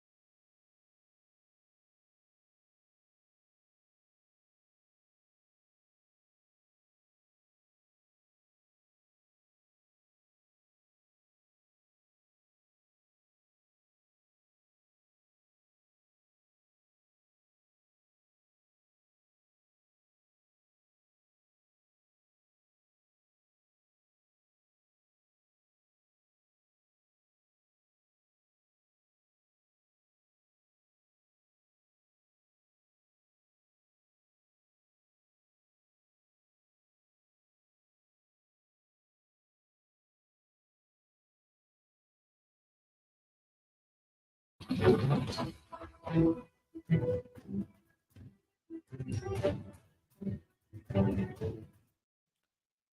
ਤੋਂ ਬਾਅਦ ਇੱਕ ਵਾਰ ਮੁੜ ਤੋਂ ਤੁਹਾਡਾ ਸਾਰਿਆਂ ਦਾ ਸਵਾਗਤ ਹੈ ਪ੍ਰੋਗਰਾਮ ਖਬਰ ਤੇ ਨਜ਼ਰ ਦੇ ਵਿੱਚ। ਤੁਸੀਂ ਜੁੜੇ ਹੋਏ ਹੋ ਪੰਜਾਬੀ ਰੇਡੀਓ ਯੂਐਸਏ ਦੇ ਨਾਲ ਤੇ ਪ੍ਰੋਗਰਾਮ ਦੇ ਵਿੱਚ ਮੈਂ ਹਾਂ ਪ੍ਰਵੀਨ ਸ਼ਰਮਾ। ਗੱਲ ਕਰਦੇ ਹਾਂ ਪੰਜਾਬ ਦੇ ਵਿੱਚ ਹੜ੍ਹਾਂ ਦੇ ਖਤਰੇ ਦੀ ਤੇ ਹੜ੍ਹਾਂ ਦੀ ਤਬਾਹੀ ਦੀ। ਇੱਕ ਵਾਰ ਮੁੜ ਤੋਂ ਪੰਜਾਬ ਦੇ ਵਿੱਚ ਹੜ੍ਹ ਆ ਚੁੱਕੇ ਨੇ, ਕਿਉਂਕਿ ਹਿਮਾਚਲ ਪ੍ਰਦੇਸ਼ ਦੇ ਵਿੱਚ ਬਹੁਤ ਭਾਰੀ ਮੀਂਹ ਪਿਆ। 45 ਘੰਟੇ ਲਗਾਤਾਰ ਹਿਮਾਚਲ ਪ੍ਰਦੇਸ਼ ਦੇ ਵਿੱਚ ਮੀਂਹ ਪੈਂਦਾ ਰਿਹਾ, ਜਿਹਦੇ ਕਰਕੇ 60 ਜਣਿਆਂ ਦੀ ਜਾਨ ਚਲੀ ਗਈ ਹੈ। ਹਿਮਾਚਲ ਪ੍ਰਦੇਸ਼ ਦੇ ਵਿੱਚ ਭਾਰੀ ਮੀਂਹ ਤੋਂ ਬਾਅਦ ਹੁਣ ਪੌਂਗ ਡੈਮ ਤੋਂ ਪਾਣੀ ਛੱਡਣ ਕਰਕੇ ਬਿਆਸ ਦਰਿਆ ਖਤਰੇ ਦੇ ਨਿਸ਼ਾਨ ਨੂੰ ਪਾਰ ਕਰ ਗਿਆ ਤੇ ਨੇੜਲੇ ਇਲਾਕਿਆਂ ਦੇ ਵਿੱਚ ਹੜ੍ਹਾਂ ਦਾ ਖਤਰਾ ਪੈਦਾ ਹੋ ਗਿਆ। ਢਿਲਵਾਂ ਧਾਲੀਵਾਲ ਬੇਟ ਦੇ ਇਲਾਕਿਆਂ ਦੇ ਵਿੱਚ ਦਰਿਆ ਦੇ ਨਾਲ ਲੱਗਦੇ ਖੇਤਾਂ ਦੇ ਵਿੱਚ ਪਾਣੀ ਦਾ ਪੱਧਰ ਵਧਣਾ ਸ਼ੁਰੂ ਹੋ ਗਿਆ। ਸਾਲ 1987-88 ਦੇ ਵਿੱਚ ਜਿਸ ਵਕਤ ਹੜ੍ਹ ਆਏ ਸਨ, ਉਸ ਵਕਤ ਪਾਣੀ ਦਾ ਪੱਧਰ 747 ਮਾਪਿਆ ਗਿਆ ਸੀ, ਜਿਸ ਕਰਕੇ ਕਪੂਰਥਲਾ ਜ਼ਿਲ੍ਹੇ ਦੇ ਕਈ ਪਿੰਡ ਹੜ੍ਹ ਦੀ ਮਾਰ ਦੇ ਵਿੱਚ ਆ ਗਏ ਸਨ ਅਤੇ ਤੁਸੀਂ ਬੰਨ੍ਹ ਟੁੱਟਣ ਕਰਕੇ ਸੜਕਾਂ ਅਤੇ ਰੇਲਵੇ ਬ੍ਰਿਜ ਵੀ ਪ੍ਰਭਾਵਿਤ ਹੋਏ ਸਨ। ਬਿਆਸ ਦਰਿਆ ਦਾ ਪੀਲਾ ਨਿਸ਼ਾਨ 740 ਹੈ ਤੇ ਖਤਰੇ ਦਾ ਨਿਸ਼ਾਨ 744 ਹੈ। ਬਿਆਸ ਪੁਲ ਤੇ ਗੇਜ 744 ਪੁੱਜਣ ਕਰਕੇ ਪਾਣੀ ਦਾ ਪੱਧਰ 1,88,000 ਕਿਊਸਿਕ ਚੱਲ ਰਿਹਾ, ਜਿਸ ਕਰਕੇ ਨੇੜਲੇ ਪਿੰਡਾਂ ਦੇ ਲੋਕਾਂ ਦੇ ਵਿੱਚ ਸਹਿਮ ਦਾ ਮਾਹੌਲ ਹੈ। ਪਾਣੀ ਦਾ ਹੋਰ ਪੱਧਰ ਵਧਣ ਕਰਕੇ ਭਾਰੀ ਤਬਾਹੀ ਹੋਣ ਦਾ ਖਤਰਾ ਹੈ। ਵਾਸ਼ਿੰਗਟਨ ਪੋਸਟ ਨੇ ਵੀ ਪੰਜਾਬ ਦੇ 1987-88 ਦੇ ਵਿੱਚ ਆਏ ਹੜ੍ਹਾਂ ਤੇ ਉਸ ਵਕਤ ਦੀ ਇੱਕ ਰਿਪੋਰਟ ਕੀਤੀ ਸੀ। ਉਸ ਰਿਪੋਰਟ ਦੇ ਮੁਤਾਬਕ, ਵਾਸ਼ਿੰਗਟਨ ਪੋਸਟ ਦੇ ਵਿੱਚ ਛਪੀ ਇੱਕ ਰਿਪੋਰਟ ਦੇ ਮੁਤਾਬਕ, ਉਸ ਵਕਤ ਪੰਜਾਬ ਦਾ ਕਈ ਕਰੋੜਾਂ ਦਾ ਨੁਕਸਾਨ ਹੋਇਆ ਸੀ ਤੇ ਜੇਕਰ ਮਨੁੱਖੀ ਜਾਨ ਮਾਲ ਦੀ ਗੱਲ ਕਰੀਏ ਤਾਂ ਪੰਜਾਬ ਦੇ 13,000 ਪਿੰਡਾਂ ਦੇ ਵਿੱਚੋਂ 9,000 ਪਿੰਡ ਇਹਨਾਂ ਹੜ੍ਹਾਂ ਦੀ ਚਪੇਟ ਦੇ ਵਿੱਚ ਪੂਰੀ ਤਰ੍ਹਾਂ ਦੇ ਨਾਲ ਆ ਗਏ ਸੀ। 2500 ਪਿੰਡ ਅਜਿਹੇ ਸਨ, 2500 ਤੋਂ 3,000 ਪਿੰਡ, ਜਿਨ੍ਹਾਂ ਪਿੰਡਾਂ ਦੇ ਵਿੱਚ ਮੁੱਢਲਾ ਢਾਂਚਾ, ਮਤਲਬ ਉੱਥੋਂ ਦੀਆਂ ਸੜਕਾਂ, ਉੱਥੋਂ ਦਾ ਬਿਜਲੀ ਢਾਂਚਾ, ਉੱਥੋਂ ਦੇ ਸਕੂਲ, ਜਿੰਨਾ ਵੀ ਕੁਛ ਆਮ ਪਿੰਡਾਂ ਦੇ ਵਿੱਚ ਦੇਖਦੇ ਹਾਂ, ਉਹ ਬੁਰੀ ਤਰ੍ਹਾਂ ਦੇ ਨਾਲ ਹੜ੍ਹ ਗਿਆ ਸੀ ਤੇ ਬੁਰੀ ਤਰ੍ਹਾਂ ਦੇ ਨਾਲ ਤਬਾਹ ਹੋ ਗਿਆ ਸੀ। ਕਈ ਪਿੰਡਾਂ ਦੇ ਵਿੱਚ ਪਾਣੀ ਦੀਆਂ 8 ਤੋਂ 9 ਫੁੱਟ ਦੀਆਂ ਲਹਿਰਾਂ ਵੇਖੀਆਂ ਗਈਆਂ। ਪਾਣੀ ਦੀ ਇੱਕ 8 ਤੋਂ 9 ਫੁੱਟ ਦੀ ਲਹਿਰ ਨੇ ਕਈ ਪਿੰਡਾਂ ਨੂੰ ਆਪਣੀ ਚਪੇਟ ਦੇ ਵਿੱਚ ਕੁਝ ਹੀ ਘੰਟਿਆਂ ਦੇ ਵਿੱਚ ਲੈ ਲਿਆ ਸੀ। ਜਿਹੜੇ ਬਜ਼ੁਰਗਾਂ ਨੇ ਉਹ ਮੰਜ਼ਰ ਦੇਖਿਆ, ਉਹਨਾਂ ਨੂੰ ਜਦੋਂ ਤੁਸੀਂ ਪੁੱਛ ਕੇ ਦੇਖੋਗੇ ਤਾਂ ਉਹ ਕਹਿਣਗੇ ਕਿ ਅੱਜ ਵੀ ਉਸ ਗੱਲ ਨੂੰ ਯਾਦ ਕਰਕੇ, ਭਿਆਨਕ ਮੰਜ਼ਰ ਨੂੰ ਯਾਦ ਕਰਕੇ ਡਰ ਆਉਂਦਾ। ਸੋ ਹੁਣ ਆਪਾਂ ਗੱਲ ਕਰੀਏ, ਇਹ ਤਾਂ ਬਿਆਸ ਦਰਿਆ ਦੀ ਸੀ। ਸਤਲੁਜ ਦਰਿਆ ਦੇ ਵਿੱਚ ਪਾਣੀ ਛੱਡਣ ਕਰਕੇ ਰੂਪਨਗਰ ਜ਼ਿਲ੍ਹੇ ਦੇ ਕਈ ਪਿੰਡਾਂ ਦੇ ਅੰਦਰ ਤਬਾਹੀ ਮੱਚੀ ਹੈ। ਪਿੰਡ ਖਾਲੀ ਕਰਵਾਏ ਗਏ ਨੇ ਤੇ ਫੌਜ ਤੋਂ ਮਦਦ ਮੰਗੀ ਗਈ ਹੈ। ਤੇ ਭਾਖੜਾ ਡੈਮ ਦਾ ਪਾਣੀ ਦਾ ਪੱਧਰ, ਆਪਾਂ ਗੱਲ ਕਰਕੇ ਹਟੇ ਪੌਂਗ ਡੈਮ ਦੀ, ਤੇ ਭਾਖੜਾ ਡੈਮ ਦੇ ਵਿੱਚ ਪਾਣੀ ਦਾ ਪੱਧਰ ਜਿਹੜਾ ਉਹ ਖਤਰੇ ਦੇ ਨਿਸ਼ਾਨ ਦੇ ਨੇੜੇ ਢੁੱਕਣ ਕਰਕੇ ਡੈਮ ਦੇ ਫਲੱਡ ਗੇਟ ਖੋਲ੍ਹਣ ਦੇ ਨਾਲ ਸਤਲੁਜ ਦਰਿਆ ਦਾ ਪਾਣੀ ਰੂਪਨਗਰ ਜ਼ਿਲ੍ਹੇ ਦੇ ਪਿੰਡ ਹਰਸਾ, ਬੇਲਾ, ਚੰਦਪੁਰ, ਗੱਜਪੁਰ, ਹਰੀਵਾਲ, ਮਹਿੰਦਲੀ ਕਲਾਂ, ਬੇਲਾ, ਧਿਆਨੀ, ਭਲਾਣ, ਪੱਤੀ ਦੁਲਚੀ ਤੇ ਕਈ ਹੋਰ ਦਰਜਨਾਂ ਪਿੰਡਾਂ ਦੇ ਵਿੱਚ ਦਾਖਲ ਹੋ ਚੁੱਕਿਆ। ਸਤਲੁਜ ਦਰਿਆ ਦੇ ਨਾਲ ਲੱਗਦੇ ਹੋਰ ਬਹੁਤ ਸਾਰੇ ਪਿੰਡਾਂ ਦੇ ਖੇਤਾਂ ਦੇ ਵਿੱਚ ਵੀ ਪਾਣੀ ਦਾਖਲ ਹੋ ਗਿਆ, ਜਿਸ ਕਰਕੇ ਲੋਕਾਂ ਦੀਆਂ ਫਸਲਾਂ ਤੇ ਹਰਾ ਚਾਰਾ ਨੁਕਸਾਨੇ ਗਏ ਨੇ ਤੇ ਨਾਲ ਹੀ ਪਾਣੀ ਲੰਘਣ ਤੋਂ ਬਾਅਦ ਜਿਹੜੀ ਉਮੀਦ ਬੱਝੀ ਸੀ ਕਿ ਸਾਉਣੀ ਦੀਆਂ ਫਸਲਾਂ ਦੁਬਾਰਾ ਬੀਜੀਆਂ ਜਾਣਗੀਆਂ, ਉਹ ਉਮੀਦ ਵੀ ਨੁਕਸਾਨੀ ਗਈ ਹੈ। ਪਾਣੀ ਦਾ ਪੱਧਰ ਲਗਾਤਾਰ ਵਧਣ ਕਰਕੇ ਲੋਕਾਂ ਨੂੰ ਆਪਣੇ ਪਿੰਡਾਂ ਦੇ ਵਿੱਚ ਪਾਣੀ ਦਾਖਲ ਹੋਣ ਦਾ ਖਤਰਾ ਪੈਦਾ ਹੋ ਗਿਆ। ਇਸ ਤੋਂ ਇਲਾਵਾ ਪਤਾ ਲੱਗਿਆ ਕਿ ਐਨਡੀਆਰਐਫ ਦੀਆਂ ਟੀਮਾਂ ਤੇ ਫੌਜ ਤੋਂ ਵੀ ਮਦਦ ਜਿਹੜੀ ਆ ਮੰਗ ਲਈ ਗਈ ਹੈ। ਇਸ ਵੇਲੇ ਐਨਡੀਆਰਐਫ ਦੀਆਂ 4 ਟੀਮਾਂ ਉੱਥੇ ਕੰਮ ਕਰ ਰਹੀਆਂ ਨੇ। ਜੇਕਰ ਗੁਰਦਾਸਪੁਰ ਦੀ ਗੱਲ ਕਰੀਏ ਤਾਂ ਗੁਰਦਾਸਪੁਰ ਪੰਜਾਬ ਦੇ ਇਸ ਵੇਲੇ 4 ਜ਼ਿਲ੍ਹੇ ਹੜ੍ਹ ਦੀ ਲਪੇਟ ਦੇ ਵਿੱਚ ਆ ਚੁੱਕੇ ਨੇ। ਗੁਰਦਾਸਪੁਰ, ਹੁਸ਼ਿਆਰਪੁਰ, ਰੋਪੜ ਤੇ ਇਹਦੇ ਨਾਲ ਕਪੂਰਥਲਾ ਦੇ ਕਈ ਪਿੰਡਾਂ ਦੇ ਵਿੱਚ ਪਾਣੀ ਦਾਖਲ ਹੋ ਗਿਆ, ਕਿਉਂਕਿ ਇਹ ਭਾਖੜਾ ਡੈਮ ਤੇ ਬਿਆਸ, ਸਤਲੁਜ ਤੋਂ ਭਾਖੜਾ ਡੈਮ, ਕਿਉਂਕਿ ਭਾਖੜਾ ਡੈਮ ਜਿੱਥੋਂ ਸ਼ੁਰੂ ਹੁੰਦਾ ਜਾਂ ਜਿੱਥੇ ਫਲੱਡ ਗੇਟ ਖੋਲ੍ਹੇ ਜਾਂਦੇ ਤਾਂ ਉਹਦਾ ਪਾਣੀ ਸਤਲੁਜ ਦੇ ਵਿੱਚ ਆਉਂਦਾ। ਪੌਂਗ ਡੈਮ ਦੇ ਫਲੱਡ ਗੇਟ ਖੋਲ੍ਹਣ ਤੋਂ ਬਾਅਦ ਪਾਣੀ ਬਿਆਸ ਦਰਿਆ ਦੇ ਵਿੱਚ ਆਉਂਦਾ। ਹਿਮਾਚਲ ਦੇ ਵਿੱਚ ਲਗਾਤਾਰ ਮੀਂਹ ਪੈ ਰਿਹਾ, ਜਿਸ ਕਰਕੇ ਭਾਖੜਾ ਦਾ ਪਾਣੀ ਲਗਾਤਾਰ ਵੱਧ ਰਿਹਾ ਸੀ। ਹੁਣ ਖਤਰੇ ਦੇ ਨਿਸ਼ਾਨ ਤੋਂ ਸਿਰਫ 5 ਫੁੱਟ ਹੇਠ ਹੈ। ਅਗਲੇ 5 ਦਿਨਾਂ ਤੱਕ ਡੈਮ ਦੇ ਗੇਟ 8-8 ਫੁੱਟ ਖੁੱਲ੍ਹੇ ਰੱਖਣ ਦਾ ਐਲਾਨ ਕੀਤਾ ਗਿਆ। ਹੁਣ ਇਸ ਤੋਂ ਬਾਅਦ ਗੁਰਦਾਸਪੁਰ ਜ਼ਿਲ੍ਹੇ ਦੇ ਵਿੱਚ ਵੀ ਹੜ੍ਹ ਵਰਗੇ ਹਾਲਾਤ ਪੈਦਾ ਹੋ ਗਏ ਨੇ ਤੇ ਲੋਕ ਫੋਨ ਕਰਕੇ ਅਧਿਕਾਰੀਆਂ ਨੂੰ ਆਪਣੇ ਜਿਹੜੀ ਜਾਣਕਾਰੀ ਦੇ ਰਹੇ ਨੇ ਕਿ ਭਾਈ ਸਾਡੇ ਇੱਥੇ ਆਹ ਹੋ ਗਿਆ, ਆਹ ਹੋ ਗਿਆ। ਹੁਣ ਦੱਸਿਆ ਗਿਆ ਕਿ ਗੁਰਦਾਸਪੁਰ ਦਾ ਪੁਰਾਣਾ ਜਿਹੜਾ ਮੁਕੇਰੀਆਂ ਰੋਡ ਆ, ਉਹ ਪੂਰੀ ਤਰ੍ਹਾਂ ਦੇ ਨਾਲ ਟੁੱਟ ਗਿਆ ਤੇ ਲੋਕਾਂ ਨੇ ਉੱਥੇ ਜਿਹੜਾ ਬੰਨ੍ਹ ਆ ਉਹ ਬੰਨ੍ਹਣਾ ਸ਼ੁਰੂ ਕਰ ਦਿੱਤਾ ਸੀਗਾ। ਜੇਕਰ ਇਸ ਤੋਂ ਵੀ ਅੱਗੇ ਆਪਾਂ ਚੱਲ ਗਏ ਮੁਕੇਰੀਆਂ ਵਾਲੇ ਪਾਸੇ, ਤਾਂ ਪਤਾ ਲੱਗਿਆ ਕਿ ਨੌਸ਼ਹਿਰਾ, ਪੱਤਣ, ਮਹਿਤਾਬਪੁਰ, ਮੋਤਲਾ ਤੇ ਚੱਕਵਾਲ, ਧਨੋਆ, ਸਟਿਆਣਾ, ਕਈ ਹੋਰ ਦਰਜਨਾਂ ਪਿੰਡਾਂ ਦੇ ਹਾਲਾਤ ਭਿਆਨਕ ਬਣ ਚੁੱਕੇ ਨੇ। ਮਹਿਤਾਬਪੁਰ, ਹਲੇੜ, ਜਨਾਰਦਨ, ਬੇਲਾ, ਸਰਿਆਣਾ ਤੇ ਕੁਝ ਪਿੰਡ ਤਾਂ ਖਾਲੀ ਕਰਵਾ ਲਏ ਗਏ ਨੇ। ਨਸ਼ੌਰਾ ਪੱਤਣ ਦੇ ਕੋਲ ਗੁਰਦਾਸਪੁਰ ਤੋਂ ਬਿਆਸ ਦਰਿਆ ਦਾ ਤੁਸੀਂ ਬੰਨ੍ਹ ਜਿਹੜਾ ਉਹਦੇ 'ਚ ਪਾੜ ਪੈ ਗਿਆ ਤੇ ਜਗਤਪੁਰ, ਟਾਂਡਾ, ਦਾਦੂਵਾਲ, ਪੁਰਾਣਾ ਸ਼ਾਲਾ ਸਮੇਤ ਕਈ ਪਿੰਡ ਪਾਣੀ ਦੀ ਮਾਰ ਹੇਠ ਆ ਚੁੱਕੇ ਨੇ। ਇੱਥੇ ਵੀ ਜਿਹੜੀ ਐਨਡੀਆਰਐਫ ਆ ਉਹ ਲੱਗੀ ਹੋਈ ਹੈ ਤੇ ਟਰੈਕਟਰਾਂ ਦੀ ਮਦਦ ਦੇ ਨਾਲ ਲੋਕਾਂ ਨੂੰ ਬਾਹਰ ਜਿਹੜਾ ਕੱਢਿਆ ਜਾ ਰਿਹਾ। ਉੱਧਰ ਇਸ ਬਾਬਤ ਚਿੰਤਾਵਾਂ ਇਸ ਕਰਕੇ ਵੱਧ ਰਹੀਆਂ ਨੇ ਕਿਉਂਕਿ ਭਾਖੜਾ ਬਿਆਸ ਮੈਨੇਜਮੈਂਟ ਬੋਰਡ ਦੇ ਸਕੱਤਰ ਸਤੀਸ਼ ਸਿੰਗਲਾ ਨੇ ਦੱਸਿਆ ਕਿ ਬੀਬੀਐਮਬੀ ਵੱਲੋਂ ਭਾਖੜਾ ਡੈਮ ਦੇ ਵਿੱਚੋਂ ਪਾਣੀ ਦਾ ਪੱਧਰ ਪਾਣੀ ਦਾ ਵਧਿਆ ਪੱਧਰ ਘੱਟ ਕਰਨ ਦੇ ਲਈ ਪੰਜਾਬ ਦੇ ਇੰਜੀਨੀਅਰਾਂ ਦੀ ਮਦਦ ਦੇ ਨਾਲ ਪਾਣੀ ਛੱਡਿਆ ਜਾ ਰਿਹਾ ਤੇ ਹੁਣ ਦੱਸਿਆ ਗਿਆ ਹੈ ਕਿ ਜਿਹੜਾ ਪਾਣੀ ਦਾ ਪੱਧਰ ਆ ਉਹ 1678 ਫੁੱਟ ਤੋਂ ਸਵਾ ਫੁੱਟ ਘਟ ਕੇ 1677 ਤੇ ਆ ਚੁੱਕਿਆ। ਮੌਸਮ ਵਿਭਾਗ ਦੀ ਰਿਪੋਰਟ ਦੇ ਮੁਤਾਬਕ ਅਗਲੇ 4-5 ਦਿਨਾਂ ਦੇ ਵਿੱਚ ਪੰਜਾਬ ਅੰਦਰ ਮੀਂਹ ਪੈਣ ਦੇ ਆਸਾਰ ਨਹੀਂ, ਜਿਸ ਕਰਕੇ ਭਾਖੜਾ ਡੈਮ ਦੇ ਵਿੱਚ ਪਾਣੀ ਦਾ ਪੱਧਰ ਘੱਟ ਕਰਨ ਦੇ ਲਈ ਇਹ ਸਮਾਂ ਬਿਲਕੁਲ ਢੁਕਵਾਂ ਹੈ। ਉਮੀਦ ਜਤਾਈ ਗਈ ਹੈ ਕਿ ਅਗਲੇ 4-5 ਦਿਨਾਂ ਦੇ ਵਿੱਚ ਲਗਾਤਾਰ ਪਾਣੀ ਛੱਡ ਕੇ ਡੈਮ ਦੇ ਪਾਣੀ ਨੂੰ ਸੁਰੱਖਿਅਤ ਪੱਧਰ ਤੱਕ ਲੈ ਆਂਦਾ ਜਾਵੇਗਾ। ਸੋ ਇਹ ਹੁਣ ਤੱਕ ਦੀਆਂ ਜਿਹੜੀਆਂ ਹੜ੍ਹਾਂ ਬਾਬਤ ਅਪਡੇਟ ਸੀਗੀਆਂ। ਹੜ੍ਹਾਂ ਦੇ ਬਾਬਤ ਜੋ ਪੰਜਾਬ ਦੇ ਇਸ ਵੇਲੇ 4 ਜ਼ਿਲ੍ਹੇ ਰੋਪੜ, ਕਪੂਰਥਲਾ, ਗੁਰਦਾਸਪੁਰ ਤੇ ਹੁਸ਼ਿਆਰਪੁਰ ਦੇ ਕਈ ਪਿੰਡਾਂ ਦੇ ਵਿੱਚ ਹੜ੍ਹਾਂ ਦੇ ਕਰਕੇ ਲੋਕਾਂ ਦੇ ਮਨਾਂ ਦੇ ਵਿੱਚ ਬਹੁਤ ਸਾਰੇ ਤੌਖਲੇ ਨੇ ਤੇ ਕਈ ਪਿੰਡਾਂ ਦੇ ਵਿੱਚ ਤਾਂ ਪਾਣੀ ਦਾਖਲ ਵੀ ਹੋ ਚੁੱਕਿਆ। ਅਸਲ ਦੇ ਵਿੱਚ ਬਿਆਸ ਦਰਿਆ ਤੇ ਸਤਲੁਜ ਦਰਿਆ ਇਹ ਜ਼ਿਆਦਾਤਰ ਜਿਹੜਾ ਹਿੱਸਾ ਕਵਰ ਕਰਦੇ ਨੇ ਉਹ ਦੁਆਬੇ ਦਾ ਕਰਦੇ ਨੇ ਤੇ ਪੌਂਗ ਡੈਮ ਤੇ ਭਾਖੜਾ ਡੈਮ ਦੇ ਵਿੱਚੋਂ ਜਦੋਂ ਵੀ ਪਾਣੀ ਛੱਡਿਆ ਜਾਂਦਾ ਤਾਂ ਪਾਣੀ ਇਹਨਾਂ ਇਲਾਕਿਆਂ ਦੇ ਵਿੱਚ ਮਾਰ ਕਰਦਾ। ਹੌਲੀ-ਹੌਲੀ ਇਹ ਪਾਣੀ ਜਦੋਂ ਸਤਲੁਜ ਤੇ ਬਿਆਸ ਇਕੱਠੇ ਹੋ ਜਾਂਦੇ ਨੇ ਤਾਂ ਉਸ ਤੋਂ ਬਾਅਦ ਹਰੀਕੇ ਪੱਤਨ ਤੇ ਪਹੁੰਚਦਾ। ਜਦੋਂ ਹਰੀਕੇ ਪੱਤਨ ਦੇ ਫਲੱਡ ਗੇਟ ਖੋਲ੍ਹੇ ਜਾਂਦੇ ਤਾਂ ਫਿਰ ਇਹੀ ਪਾਣੀ ਵਾਇਆ ਫਿਰੋਜ਼ਪੁਰ ਹੋ ਕੇ ਜਲਾਲਾਬਾਦ ਤੇ ਫਾਜ਼ਿਲਕਾ ਦੇ ਪਿੰਡਾਂ ਦੇ ਵਿੱਚ ਪਹੁੰਚਦਾ ਤੇ ਅੱਗੇ ਜਿਹੜਾ ਡੈਮ ਬਣਿਆ ਹੋਇਆ ਪਾਕਿਸਤਾਨ ਦਾ ਸੁਲੇਮਾਨਕੀ ਬਾਰਡਰ ਤੇ ਜਿਹੜਾ ਪਿਛਲੀ ਵਾਰੀ ਖੋਲ੍ਹਿਆ ਗਿਆ ਸੀ, ਉਹ ਡੈਮ ਜਦੋਂ ਜੇ ਖੁੱਲ੍ਹ ਜਾਵੇ ਤਾਂ ਪੰਜਾਬ ਦੇ ਵਿੱਚ ਕਈ ਪਿੰਡਾਂ ਦੀ ਬਚਤ ਹੋ ਜਾਂਦੀ ਹੈ ਤੇ ਜੇਕਰ ਉਹ ਫਲੱਡ ਗੇਟ ਨਾ ਖੋਲ੍ਹਣ ਫਿਰ ਉਹੀ ਪਾਣੀ ਜਿਹੜਾ ਉਹ ਫਾਜ਼ਿਲਕਾ ਦੇ ਪਿੰਡਾਂ ਦੇ ਵਿੱਚ ਹੋਰ ਜ਼ਿਆਦਾ ਮਾਰ ਕਰਦਾ, ਫਿਰੋਜ਼ਪੁਰ ਦੇ ਵਿੱਚ ਵੀ ਮਾਰ ਕਰਦਾ। ਸੋ ਜਿਹੜੇ ਲੋਕ ਪੰਜਾਬ ਨੂੰ ਭੂਗੋਲਿਕ ਪੱਧਰ ਤੋਂ ਜਾਣਦੇ ਆ, ਉਹਨਾਂ ਨੂੰ ਪਤਾ ਕਿ ਪੰਜਾਬ ਦੇ ਵਿੱਚ ਜਿਹੜਾ ਪਾਣੀ ਦਾ ਵਹਾਅ ਉਹ ਦੱਖਣ ਤੋਂ ਉੱਤਰ ਵੱਲ ਨੂੰ ਹੈ ਤੇ ਇਸੇ ਤਰ੍ਹਾਂ ਪੂਰਬ ਨੂੰ ਪੱਛਮ ਵੱਲ ਨੂੰ, ਜਿਵੇਂ ਆਪਾਂ ਲਹਿੰਦਾ ਪੰਜਾਬ ਕਹਿ ਦਿੰਦੇ ਹਾਂ ਤਾਂ ਕਰਕੇ। ਤੋ ਇਹ ਜਿਹੜੇ ਇਲਾਕੇ ਖਾਸ ਕਰਕੇ ਰਾਵੀ ਦੀ ਮਾਰ ਦੇ ਹੇਠ ਆਉਂਦੇ ਨੇ ਜਾਂ ਖਾਸ ਕਰਕੇ ਬਿਆਸ ਦੀ ਮਾਰ ਦੇ ਹੇਠ ਆਉਂਦੇ ਨੇ, ਸਤਲੁਜ ਦੀ ਮਾਰ ਹੇਠ ਆਉਂਦੇ ਨੇ। ਫਿਰ ਜਦੋਂ ਫਲੱਡ ਗੇਟ ਉਹਨਾਂ ਦੀ ਜਿਹੜੀ ਕੈਪੈਸਿਟੀ ਹੈ ਦਰਿਆਵਾਂ ਦੀ ਪਾਣੀ ਨੂੰ ਝੱਲਣ ਦੀ, ਉਸ ਤੋਂ ਜ਼ਿਆਦਾ ਖੁੱਲ੍ਹਦੀ ਹੈ ਤੇ ਫਿਰ ਪਾਣੀ ਜਿਹੜਾ ਪਿੰਡਾਂ ਦੇ ਵਿੱਚ ਮਾਰ ਕਰਦਾ ਕਿਉਂਕਿ ਬੰਨ੍ਹ ਵੀ ਟੁੱਟਦੇ ਆ ਤੇ ਮੀਂਹਾਂ ਦਾ ਪਾਣੀ ਵੀ ਫਿਰ ਕਿਸੇ ਪਾਸੇ ਨਿਕਾਸ ਨਹੀਂ ਹੁੰਦਾ ਤੇ ਇਸ ਕਰਕੇ ਪੰਜਾਬ ਦੇ ਬਹੁਤ ਸਾਰੇ ਇਹ ਜਿਹੜੇ 4 ਜ਼ਿਲ੍ਹਿਆਂ ਦੇ ਆਪਾਂ ਨਾਂ ਲਏ ਆ, ਇਹਨਾਂ ਦੇ ਹੁਣ ਪਿੰਡਾਂ ਦੇ ਵਿੱਚ ਲੋਕਾਂ ਦੀ ਜਿਹੜੀ ਹਾਲਤ ਆ ਉਹ ਬੜੀ ਤਰਸਯੋਗ ਬਣੀ ਹੋਈ ਹੈ ਤੇ ਇੱਕ ਵਾਰ ਮੁੜ ਤੋਂ ਜਿਹੜੀਆਂ ਉਮੀਦਾਂ ਬੱਝੀਆਂ ਸੀ ਮੁੜ ਵਸੇਬੇ ਦੀਆਂ ਜਾਂ ਢਾਂਚੇ ਨੂੰ ਇੱਕ ਵਾਰੀ ਖੜਾ ਕਰਨ ਦੀਆਂ ਜਾਂ ਫਸਲਾਂ ਨੂੰ ਦੁਬਾਰਾ ਬੀਜਣ ਦੀਆਂ, ਉਹ ਉਮੀਦਾਂ ਇੱਕ ਵਾਰੀ ਫਿਰ ਤੋਂ ਉਹਨਾਂ ਉਮੀਦਾਂ ਤੇ ਪਾਣੀ ਪੈਂਦਾ ਨਜ਼ਰ ਆ ਰਿਹਾ। ਇੱਕ ਬੜੀ ਮੰਦਭਾਗੀ ਖਬਰ ਆ ਰਹੀ ਹੈ ਬਠਿੰਡਾ ਦੇ ਪਿੰਡ ਜਲਾਲ ਤੋਂ। ਇੱਥੋਂ ਦੀ ਧੀ ਜੈਸਮੀਨ ਕੌਰ ਜਿਹੜੀ ਕਿ ਕੈਨੇਡਾ ਦੇ ਵਿੱਚ ਪੜ੍ਹਨ ਦੇ ਲਈ ਗਈ ਸੀ, ਉਹਦੀ ਸੜਕ ਹਾਦਸੇ ਦੇ ਵਿੱਚ ਮੌਤ ਹੋ ਗਈ ਹੈ। ਇਹ ਸੜਕ ਹਾਦਸਾ ਬਰੈਂਪਟਨ ਦੇ ਵਿੱਚ ਵਾਪਰਿਆ।